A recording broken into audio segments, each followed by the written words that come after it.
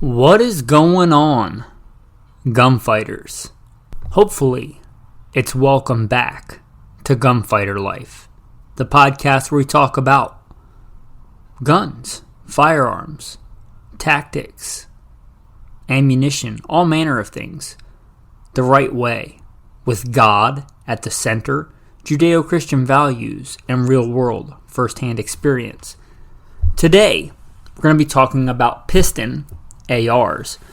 This is like the fourth part of the recording of this.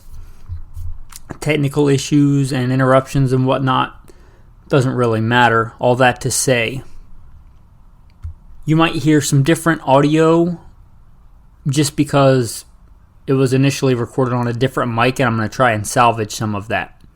Also, I'm trying to improve the podcast. I might put the bio in somewhere in the middle or at the end, wherever it seems germane to the episode, because I think a lot of people that tune in over and over get tired of skipping the bio in the beginning if they've heard it a bunch of times. But I also know that a lot of new listeners come in all the time, and I think it is important to demonstrate subject matter expertise.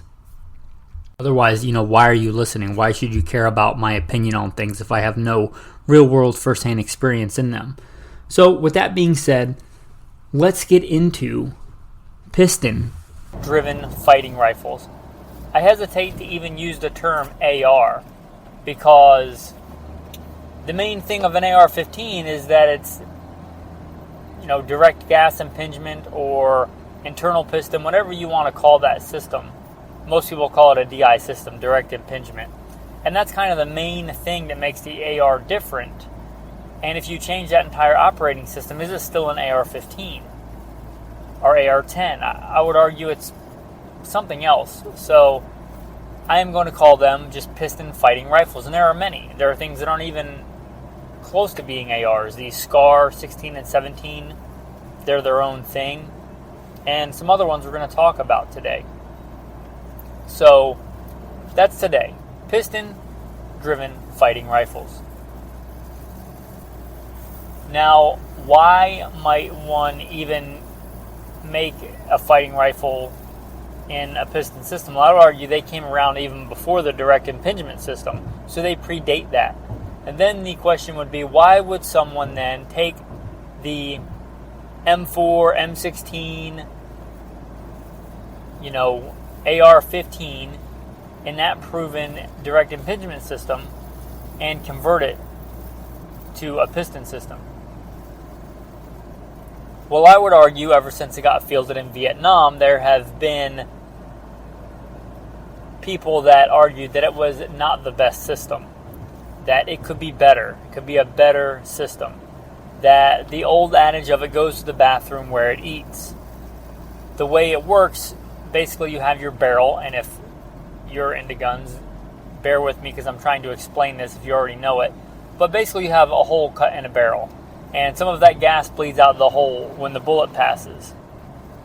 When that happens, there's this piece of metal, consider it like a crazy straw, it's a thin metal straw that's bent in a couple of places, that directs that gas all the way back to the bolt and bolt carrier group. Now that's commonly referred to as a snorkel on the bolt carrier group, and it pushes that gas back on that, and that cycles the action. Well, that gas is not clean. All that nasty fouling and lead residue and burnt powder and all that dirty gas also gets pushed back into that main bolt carrier. And kind of almost from jump, people had a disdain for that system. Now, I want to be fair.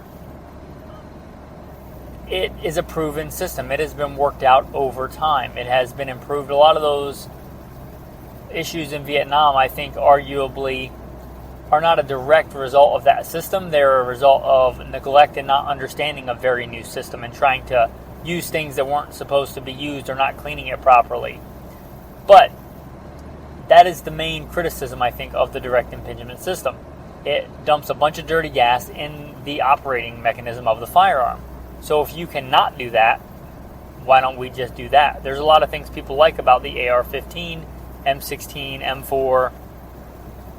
They're fairly lightweight compared to a lot of other firearms.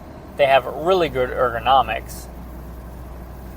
So what if we took those features and gave it a piston system? Well, companies have been doing this for a long time. A couple of the early ones, and there was I should mention, if you're new into guns and have only been into them, 10 years or so, or less, there was this huge swing for a while where people kind of en masse went away from direct impingement, and then it slowly started coming back. And today, it is the case that most ARs, M16 type rifles, are direct impingement, the original operating system. But there is a large minority piston driven, and not all piston systems are the same. And that brings me to one of the main drawbacks of piston systems, and that is that unlike most direct impingement where it's mil spec, you can usually take the bolt out of one direct impingement system and put it in another. You can usually take some components from one DI system, if it's the same gas length and things like that, and put it in a different brand of AR. As far as I'm aware, each piston system is proprietary. So, you're not going to take the piston system out of one piston-driven gun and put it in another piston-driven gun. It doesn't work like that. There's no NATO standard, right? There are countries and militaries, and even ours now, that use piston rifles like this, but there's really not a standard. So that's a big drawback to these. So just be aware of that is a thing if that concerns you, the commonality of parts. Generally, piston systems are proprietary.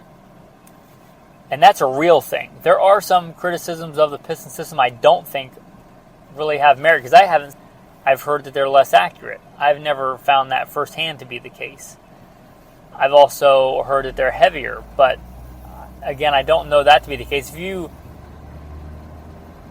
I guess they're maybe a few ounces heavier if everything else on the rifle is identical. But if it's not identical, then I don't know that you could make that argument. There are plenty of lightweight piston guns. Now, as far as individual firearms go, piston fighting rifles, I don't think anybody would argue with the proven performance of the Hk416. That is a piston fighting rifle. Although I'm trying to stick to modern, right? The AK is amazing. It's still on battlefields all throughout the world today, but I think you can get a more modern version of that. And the one I'm going to recommend is the Galil. I did a whole episode on the Galil Ace. I think it's fantastic. It's a good modern iteration. It has that same piston system. Now, unlike a lot of the ones we're going to talk about today, it's a long stroke gas piston. People would argue the short stroke is better, but you can't argue with the performance and longevity of the AK-47. So if you want that with better ergonomics, more akin to an AR-15, with the ability to mount modern optics, which I think is a good force multiplier, in arguably more updated calibers, you might decide you want to stick with the 7.62x39. It's a great round, but gives you a lot of options there. You can get it in 5.56. It takes regular AR pattern mags. You can get 7.62x51 NATO 308 version, and that's a full-fledged, full power instead of intermediate fighting rifle. So, and that's a piston system, and it's super reliable, and it takes that reliability of the AK and kind of brings it, in my opinion, into the 21st century. So that's going to be the first one I mentioned. I did a whole episode on those if you care more about that one in particular. Okay, so my top pick is going to be the SCAR. It's the rifle that I would pick if I could only pick one rifle, if there was no other caveats. If somebody said you can only have one rifle, period, I'd choose the SCAR 17. The SCAR 17 is referred to as the SCAR Heavy, which is in 7.62x51. There's also the SCAR Light and the more traditional 5.56. They're phenomenal rifles. They're piston driven. They are similar to the AR only in ergonomics. They share the good ergonomics, but they are a different operating system. They are a very reliable system, very big, beefy bolt, very beefy piston. They're just robust, and they're not heavy, so hats off to them for doing that. A large chunk of that rifle, the bottom part is plastic, much like a lot of, polymer striker-fired handguns are. But sample size of one, the one that I have is ridiculously accurate. If it was a precision bolt gun, I would be happy with its accuracy. It puts them in one ragged hole when I go to zero it, and not with crazy match grade ammo, not with tuning hand loads, with Walmart 7.62x51 NATO. It's crazy accurate. It's an awesome rifle. I have used it as a professional gunfighter. It was one of my go-tos as the commander of a tactical team. It is absolutely my one rifle if I could only have one rifle. I think it's a phenomenal system, whether you want to go the Scar Heavy, which they call it the Scar Heavy because it's the big one, but it's only 7.7 pounds, which is lighter than some of the other 5.56 rifles we're going to talk about on this list. So for a full-size, full-powered fighting rifle, it's not very heavy, and the smaller one is even lighter, and a great proven design. It's piston, so you're not dealing with all that nasty dirty gas back in the operating system. The Scar 17 at least is very proven. The Scar 16 is too, but the Scar 17 used by special operations in the U.S. military, it's a proven design. It's a good design. It gets the endorsement of if I could only have one, so that should say something. And that, Gunfighters, is a decent segue into another firearm. It may not be an exact copy of a Scar, but the CZ Bren 2 is like a Scar, but cheaper. People would say, why wouldn't you want that? And I would say, because it's like a Scar, but cheaper. So why would you want that? If it's not a range toy, if it's not a tactical Barbie that you're going to dress up, if it's a gunfighting gun, part of the thing I think that makes the Scar so good, so accurate, so reliable is that it has really good quality control, fit, and finish. Is it expensive? Yes, but I think it's worth it. I have less confidence that the CZ Bren 2 would actually work reliably, and I've seen mixed reviews on them. I don't know that I would recommend them, but they are kind of a copy, and they are a piston gun. The CZ Bren 2, just know that they are out there. I don't think that I would recommend them. The only people I've seen have them is what I would consider like gun hobbyists. I haven't seen like a professional gunfighter or serious training person take one to a training class. Again, so I hesitate to recommend them. But they are a thing, they are out there. The next one I'm going to consider kind of the sleeper on here. It's kind of for the gun connoisseur. When I initially made the list, I don't even think I remembered this gun, although it's a good gun and has a good reputation. It's the Robinson Arms. And you might say, who? And I'd say, yeah, that's why it's kind of the sleeper. Robinson Arms. Now, the Robinson Arms, again, has this kind of good reputation among the people that know about it. Not a giant gun manufacturer, certainly not to the level of FN or IWI, but they seem to be a good solid company. They make the XCR, they make the XCR-L and the XCR-M. Now, when you first think of that, you might think the L stands for large and the M stands for medium, but the L, I believe, is the 5.56 version, and the M is the larger 7.62 version. And these are kind of in this in-between world, which is why I think it's a good place to discuss them here. They're kind of in an in-between world of an AR and a Scar 16, Scar 17. But if you're looking for a good piston-driven ergonomic system, and nothing thus far has jumped out at you, and you want something that seems by all accounts to be a very good gun, but is not one of the major players, you may look at the Robinson Arms. Again, that good piston-driven system, it seems to be made well. Although they're not super common, so I can't speak to how well they work firsthand, but again, from all accounts, they seem to work rather well. And they're expensive, but they're not in the realm of a Scar expensive. They don't seem to be much more than a CZ Bren 2. And if I was going to pick, I would certainly, I think for me, pick one of these over a CZ Bren 2. With inflation the way it is, maybe I shouldn't use dollars. Maybe I should use Cougarans. If a Scar is going to cost you 2 gold Cougarans, and the Bren 2 is going to cost you 1 Cougarand, the Robinson Arms looks like it might cost you a little over 1 Cougarand. So, maybe a couple $100 difference, but in the grand scheme of things, if you're looking at a good, proven, reliable piston gun of this caliber, and I mean caliber as in quality, not as in the actual chambering, it's a good place to look, and that just gives you some idea of the cost of these guns. Now let's get into kind of the world of the ARs that somebody bolted a short stroke gas piston on, which there are quite a few of them. And I'm not going to mention all of them, but I will mention a few. And these basically are ARs. They are an AR style gun that somebody has maybe even used a lot of AR parts for, many of the similar AR parts for, and retrofitted or changed the design to be a short stroke gas piston. One of the ones that stands out for longevity and quality is L.M.T. Lewis Machine & Tools seems to be a very good company. And they may not be a major manufacturer like FN, but they're not a baby in the firearms company either, in the firearms manufacturing world. If you look at L.M.T., they have quite a few military contracts to their name. They supply arms to more than just the, hobbyist shooter. And I think that is important when establishing a track record of whether you should trust something or not. And this is from their website. Of course, anything I tell you, you should verify. This is from LMP's website, though.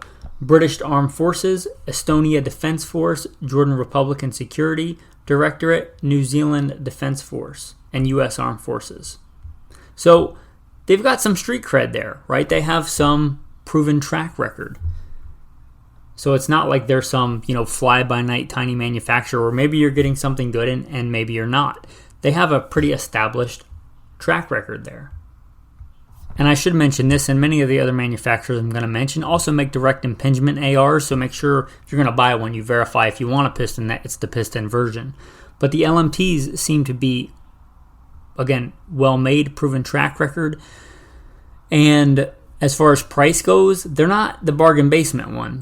They're in that kind of Scar-ish range. They are, 1.5 to 2.5 Cougarand type price range. So not cheap, but again, proven and reliable. They make both the 5.56 and the larger 7.62. They even make a 6.5 Creedmoor, if that's your deal, if you want a piston gun for a long range application and you don't want the Scar or the Scar, in 6.5. That might give you a different perspective on that.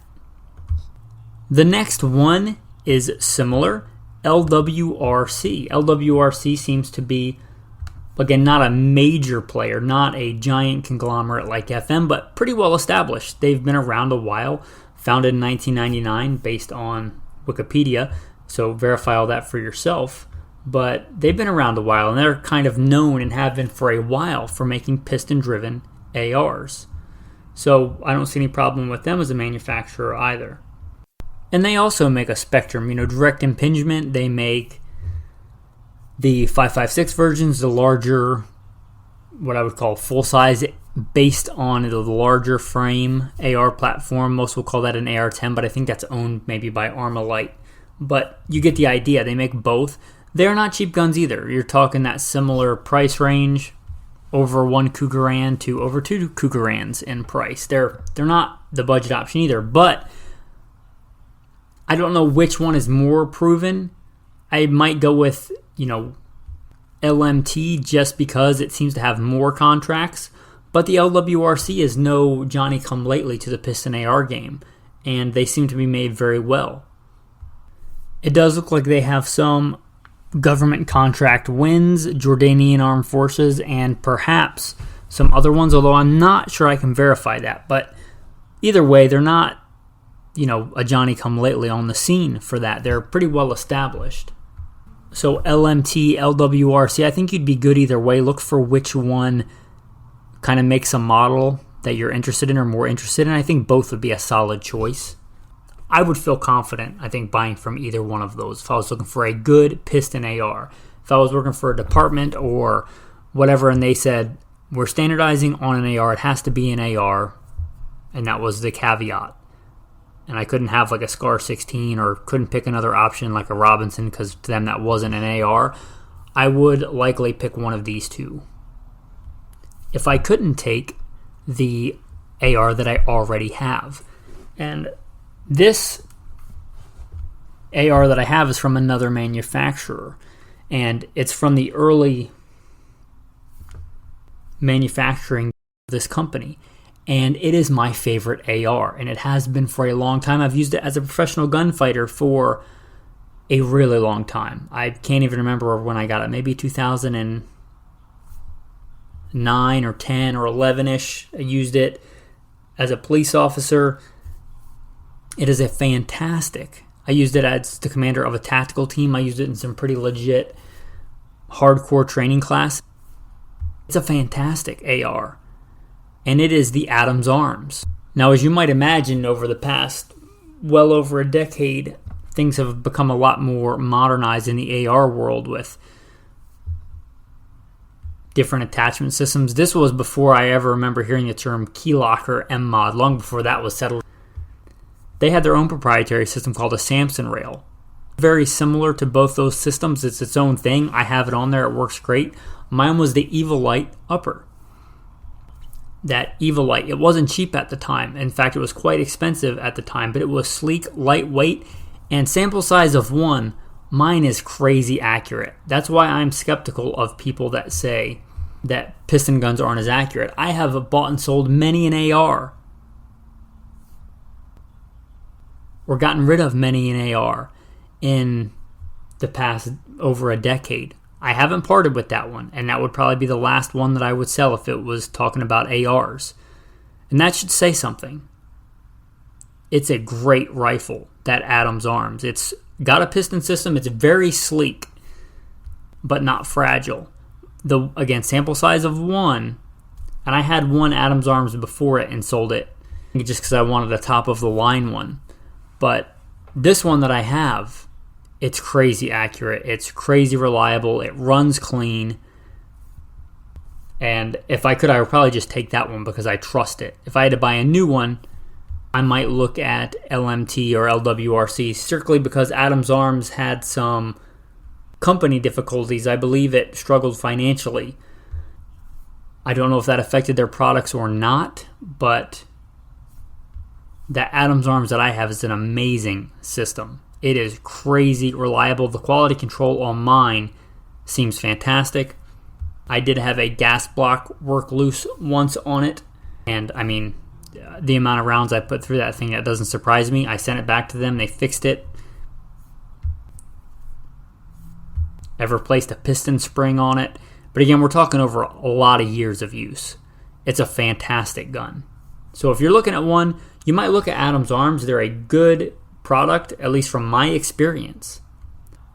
If you're looking to get into the world of a piston AR, if, thus far you've never owned an AR and you just don't want to deal with the direct impingement system, or you're used to DI guns but you want to try one and you want a good gun that's not going to cost a ton, they have at least 2 models I'm looking at on their website that are priced at what I would consider less than half a Cougarand. So pretty affordable compared to most of the other ones we talked about.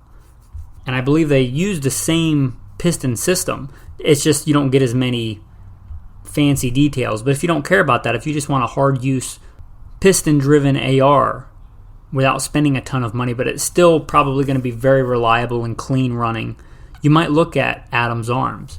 They got one called like the mid base and the rifle PI. They're very basic handguards, basic buttstocks, but that's okay. If you just want to get into the world of a piston AR, they're a good gun, at least from my experience, first-hand experience. Again, probably the last AR that I would ever sell that I own. And the fact that I've gone through many ARs over the years. and I haven't parted with that one. Should say something about that gun. Now, a lot of that is I trust it because I've run it, but part of that is it's made really well. Again, mine is crazy accurate. It runs very clean. The fit and finish on it is good, especially the finish. I don't know what kind of finish they put on there, but it's held up really well over the years, especially for the amount of abuse and sometimes neglect that I've run that gun through. Which again is one of the whole appeals, I think, of the piston-driven system. It's more forgiving of that. POF was another one brought up in the Patreon chat. You should know that a lot of this stuff gets bantered around and talked about in the Patreon chat. If you like this podcast or a regular listener and want to be a part of that and contribute and reap the benefits of that, iron sharpening iron, you might consider becoming a patron. There's a Patreon link in the show notes. That insider chat is a Facebook Messenger insider chat. That's just one of the benefits of being a patron. Anyway, in the chat, it was brought up the Patriot Ordnance Factory, POF. Now, these guys have been around a while. I'm not sure how long they've been making piston guns. I was not aware that they made a piston gun until somebody mentioned it and I looked into it.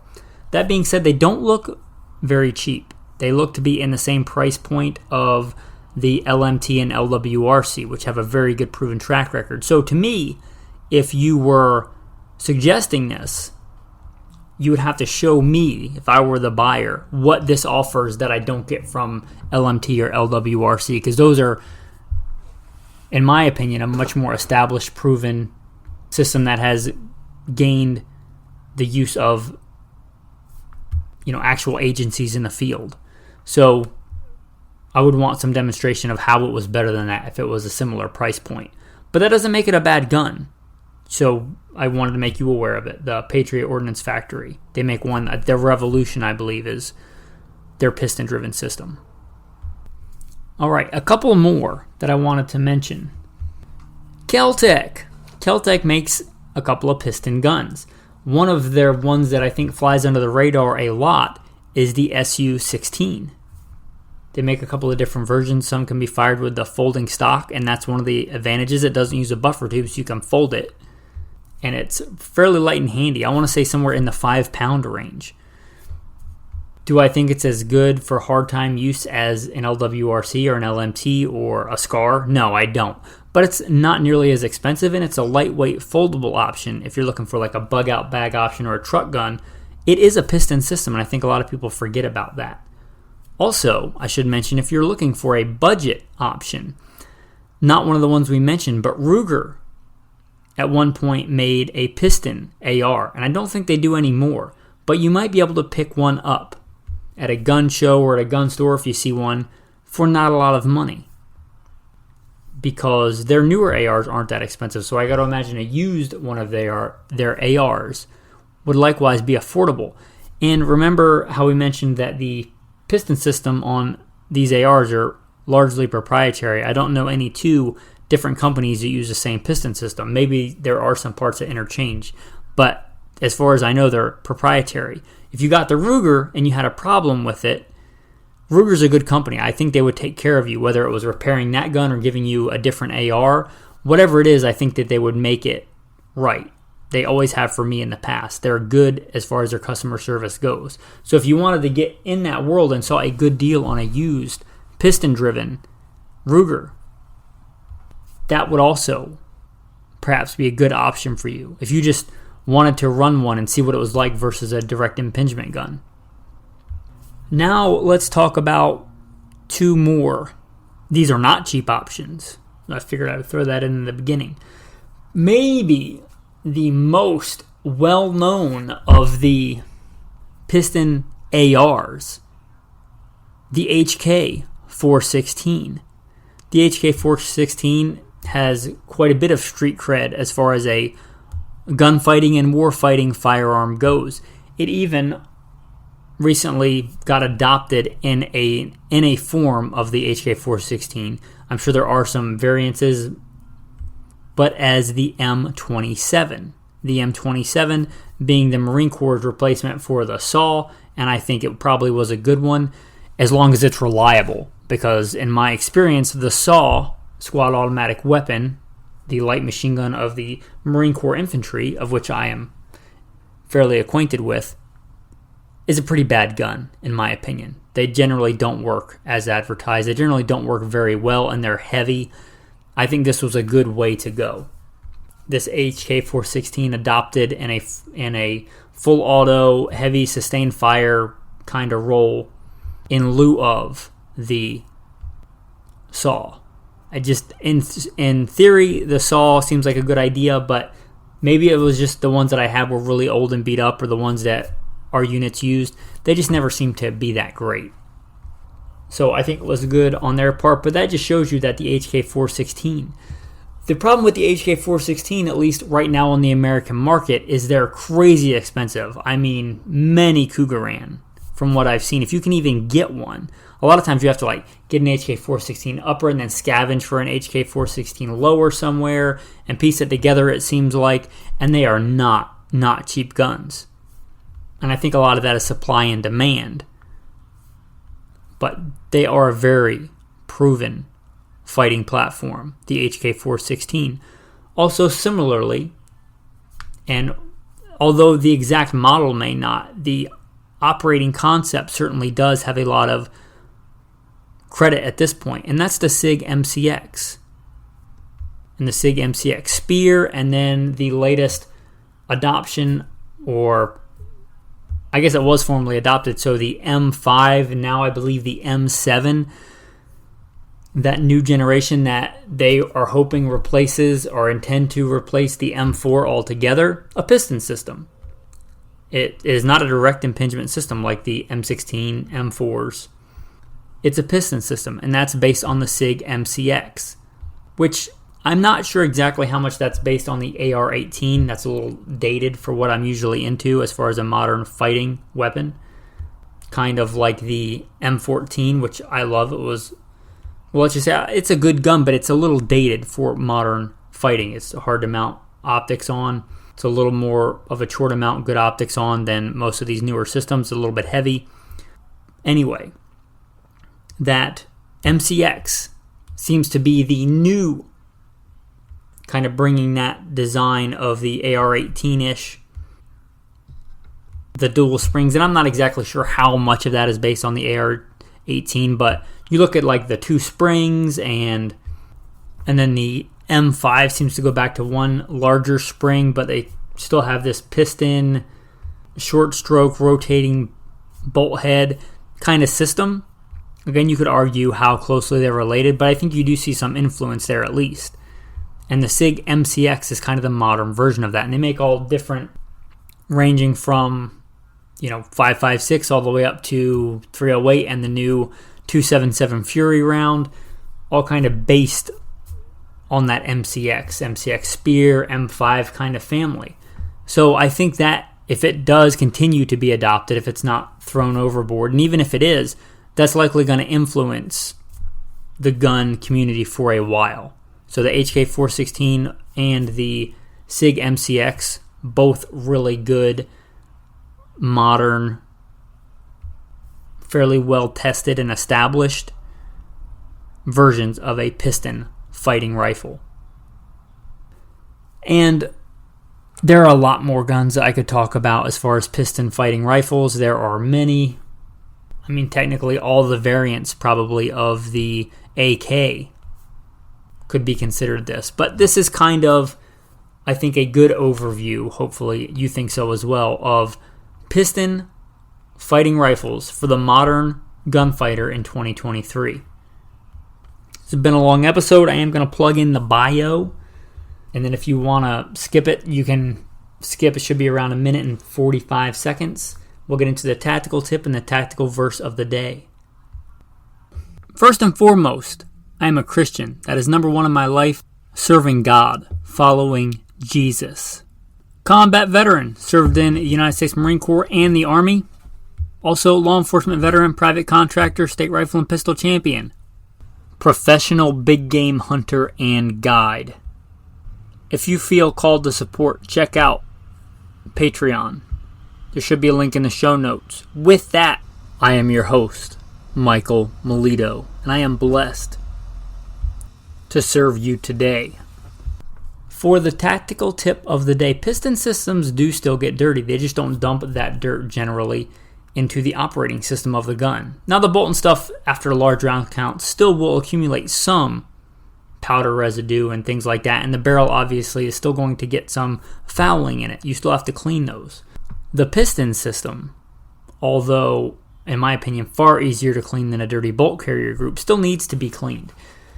One of the things you can use to clean this or a lot of other really nasty caked on carbon things like that you may not be aware of. And I should say you probably should check with a manufacturer based on finish or whatever. But for modern, good finished parts, Simple Green. Just having like a Tupperware tote full of Simple Green that you can soak parts in. If you're not in a hurry to clean it, if you can soak it or soak certain parts of it overnight or for a day or two, you can drop them in Simple Green. And in my experience, works really well, and it makes it far easier to clean when you go back to clean those parts. I don't know that I would use it on like an antique firearm, but for a modern gun with modern finishes, in my experience, it works rather well. So you may look at that on a piston system that you're trying to clean, or on something else that's really caked and really dirty, maybe got left outside and is kind of rusty and corroded. You may look at Simple Green. A lot of people may not think of that as a gun cleaning solution. Now, I know what it can be like being a gunfighter and being into guns and getting swept up in a tornado of this versus that, and is this barrel better than that barrel? Is chrome hammer forge really better than nitrided for me? Do I want a 16-inch or a 14 pinned? And you get stuck in all the minutia and get consumed by the things of this world. Now, we're called to be in the world, but not of the world. That's not the verse of the day, but it's a good one. Be in the world, but not of the world. Don't be consumed by it. Remember to keep it in its proper perspective. Jesus told his followers, if you don't have a sword, sell your cloak and buy one. But that shouldn't be the main focus of your life. That's a tool to be able to survive in this world. But the focus of your life should be God, should be Jesus Christ. The verse I want to read for you today. But you are a chosen generation, a royal priesthood, a holy nation, his own special people, that you may proclaim the praises of him who called you out of darkness into his marvelous light. Remember what's really important when there's so much going on in the world. You were chosen. If you're one of the chosen, if you're listening to this, if you are a Christian, if you are washed by the blood of the Lamb. Right now, at the time of this recording, we're in the midst of the Feast of Unleavened Bread. When Jesus came, John said, behold the Lamb of God who takes away the sin of the world. That's a much bigger deal than this brand of AR versus that brand. And I'm not telling you not to have a good fighting weapon. I certainly am. This is gunfighter life. But don't let it consume you so much that you forget about what's really important in life. One of the things said here in the beginning is with God at the center. And God should be at the center of your life. Not guns, not any idol. Hopefully we remember that and keep that in perspective as we continue on this journey. With that, thanks for listening and have a blessed day.